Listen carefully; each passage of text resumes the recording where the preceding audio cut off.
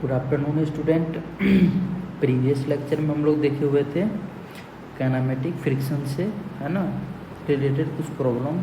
तो आज हम लोग उससे आगे थोड़ा और भी प्रॉब्लम देखते हैं। देखिए यहाँ पे एक इंक्लाइंड प्लेन है ना, जिसमें इंक्लाइंड प्लेन है ना जो ओरिजेंटल से थीटा एंगल पे इंक्लाइन है, ठीक है। और यहाँ पे एक ब्लॉक को u वेलोसिटी से इसको क्या कर रहा है, ऊपर की ओर ले जा रहा है ना। तो किसी t टाइम पे जाके इसका वेलोसिटी क्या हो जाता है, जीरो हो जाता है ना।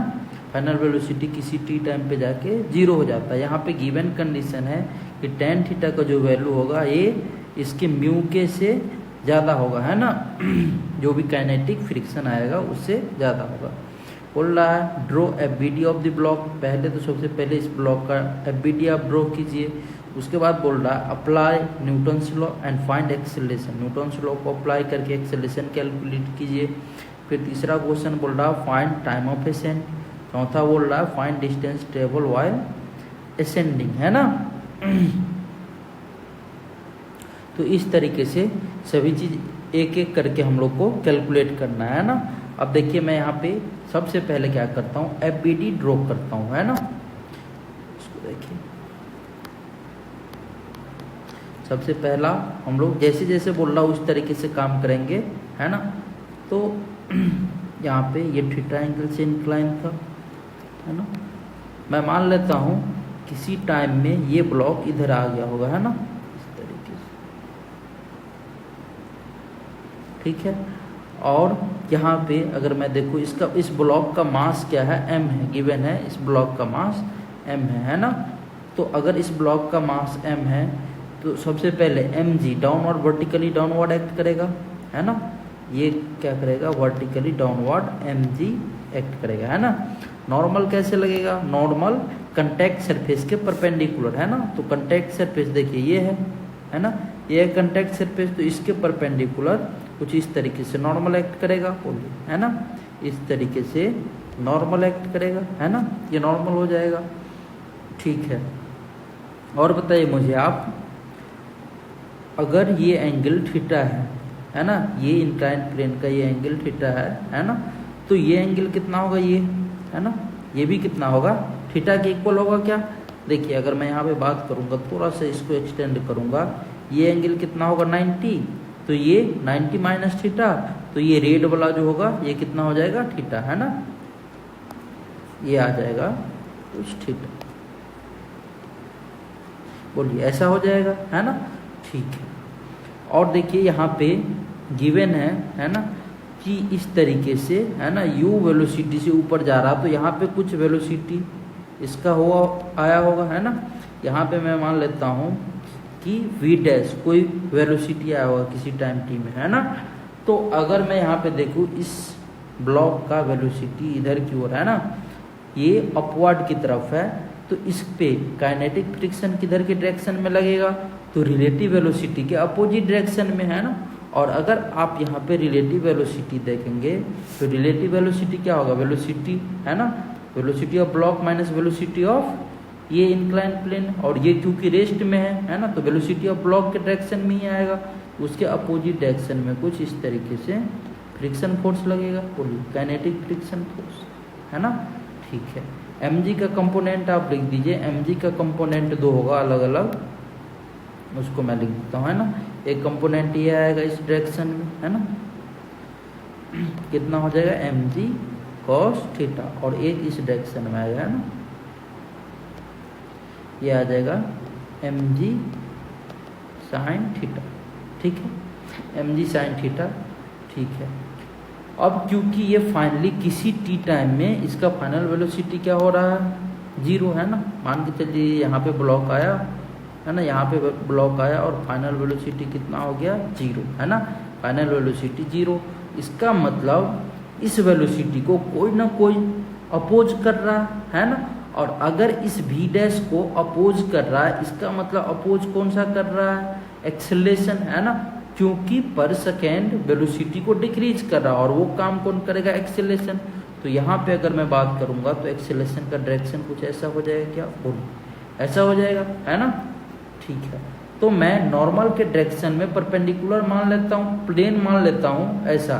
ये देखिए मैं एक्स एक्सिस ऐसे मान लेता हूँ और Y axis perpendicular to this plane, है ना। ये एक्स एक्सिस मान लेता हूँ और ये वाई एक्सिस, है ना। तो अगर मैं यहाँ पे इक्वेशन लिखूँ, इक्वेशन तो क्या क्या इक्वेशन बनेगा यहाँ पे, देखिए यहाँ पे अगर मैं इक्वेशन लिखूँ तो क्या बोलूँगा मैं, नॉर्मल। अच्छा ये बताइए मुझे नॉर्मल के डायरेक्शन में एक्सीलरेशन है क्या, नहीं है ना। तो आप क्या बोलोगे, नेट फोर्स, है ना, इन परपेंडिकुलर टू द प्लेन, है ना, नेट फोर्स इन, है ना, नॉर्मल डायरेक्शन, आप ऐसे लिख लो नॉर्मल डायरेक्शन, है ना। नॉर्मल डायरेक्शन ऐसे नेट फोर्स नहीं, नॉर्मल डायरेक्शन आप लिखो, नॉर्मल डायरेक्शन के लॉन्ग, है ना। मैं क्या बोलूँगा, net force equals to mass into acceleration in Y direction, है ना। तो अगर मैं यहाँ पे ये बात लिखता हूँ तो ए वाई डायरेक्शन में एक्सेलरेशन कितना है, 0, तो एफ नेट कितना हो जाएगा, net force equals to 0। Net force क्या है, एन। देखो अपवर्ड को मैं पॉजिटिव लेता हूँ, यहाँ पे ऐसा साइन लेता हूँ, साइन, है ना, साइन कन्वेंशन लेता हूँ जो, ये पॉजिटिव अपवर्ड, ये इधर की ओर नेगेटिव, इधर की ओर पॉजिटिव लूँगा और इधर की ओर पॉजिटिव और इधर नेगेटिव, है ना। तो देखिए यहाँ पे n पॉजिटिव आ जाएगा और ये mg cos थीटा, ये क्या हो जाएगा, नेगेटिव cos टू 0। तो यहाँ पे n कितना आ गया, mg cos थीटा, ये आ गया। अब दूसरा मैं बात करता हूँ along the inclined plane, along the inclined plane, है ना। तो अगर मैं along the inclined plane बात करूँगा तो यहाँ पे देखो आप नेट फोर्स क्या बोलूँगा, net force equals to mass into acceleration, net force equals to mass into acceleration, है ना। जिस डायरेक्शन में एक्सीलरेशन उस डायरेक्शन का फोर्स पॉजिटिव, है ना, ऐसा भी आप बोल सकते हो। यहाँ पे अभी आप यहाँ पे जो अप्लाई करोगे, है ना, यहाँ पे अप्लाई जो करोगे तो क्या बोलोगे, नेट फोर्स, है ना, जिस डायरेक्शन में एक्सेलरेशन उस डायरेक्शन का फोर्स को आप पॉजिटिव मान लो, है ना। यहाँ पे आप यहाँ पे विथ साइन नहीं कंसीडर, जब भी net force equals to mass into acceleration आप लिख रहे हो और एक्सेलरेशन है, उस कंडीशन में आप ऐसे अप्लाई करो कि net force equals to mass into acceleration, है ना, और एक्सेलरेशन के डायरेक्शन में आप पॉजिटिव मान लो, इन डायरेक्शन ऑफ एक्सेलरेशन, है ना, टेक पॉजिटिव फोर्स, है ना। तो आप क्या मान लोगे यहाँ पे, एक्सेलरेशन के डायरेक्शन में, है ना, जैसे कि यहाँ पे देखो डाउनवर्ड डायरेक्शन में एक्सेलरेशन है तो डाउनवर्ड डायरेक्शन के फोर्स को हम लोग पॉजिटिव मान लेंगे, बाद बाकी सबको निगेटिव मान लेंगे, है ना। तो डाउनवर्ड डायरेक्शन का फोर्स क्या क्या है यहाँ पे, सिर्फ ये जब एक्सेलरेशन आएगा तभी ये चीज़ अप्लाई करना है ना। यहाँ पे मैं क्या बोलूँगा, देखो यहाँ पे बोलूँगा मैं एफ के पॉजिटिव है ना, क्योंकि ये डाउनवर्ड है, एम जी साइन थीटा ये भी क्या है, डाउनवर्ड, तो ये भी पॉजिटिव, तो F K plus M G sine theta equals to mass into acceleration, ये बात आ जाएगा, है ना। तो यहाँ से एक्सेलरेशन कितना आ जाएगा, acceleration equals to F K, है ना, plus M G sine theta by M, है ना। अच्छा काइनेटिक फ्रिक्शन कितना होगा, काइनेटिक फ्रिक्शन क्या हो जाएगा, mu k is to normal, तो म्यू के इंटू नॉर्मल कितना, नॉर्मल आ जाएगा कितना है, एम जी कॉस थीटा, तो एम जी कॉस थीटा, है ना, ये आ जाएगा kinetic friction plus M G sine theta upon M, ये आ जाएगा। अब देखिए m से m कैंसिल आउट हो जाएगा, तो एक्सेलरेशन जो आ जाएगा, एक्सेलरेशन क्या आ जाएगा, म्यू के जी, है ना, कॉस थीटा प्लस जी साइन थीटा, ये आ जाएगा क्या, एक्सेलरेशन, है ना, ये आ जाएगा एक्सेलरेशन, ठीक है। अब मैं यहाँ पे बात करूँगा, एक्सेलरेशन आ गया मेरा ये सेकंड क्वेश्चन का काम हो गया है ना। अब देखिए आप टाइम पूछ रहा, थर्ड क्वेश्चन है ना। टाइम आप क्या बोलिएगा, टाइम ऑफ एसेंट। तो टाइम ऑफ एसेंट जो हम लोग बात करेंगे, जो टाइम लगा वहाँ तक है ना, वेलोसिटी रेस्ट में जाने तक, वो टाइम है ना, ये ब्लॉक को है ना, ब्लॉक का जहाँ पे भी फाइनल वेलोसिटी 0 हो रहा है ना, वहाँ तक जो टाइम लगा उसको मैं क्या बोलूँगा, टाइम ऑफ एसेंट।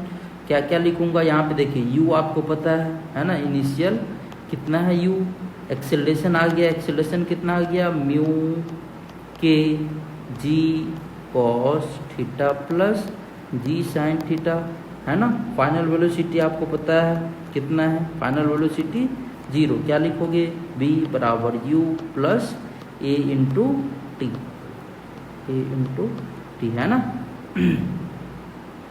यहाँ पे आप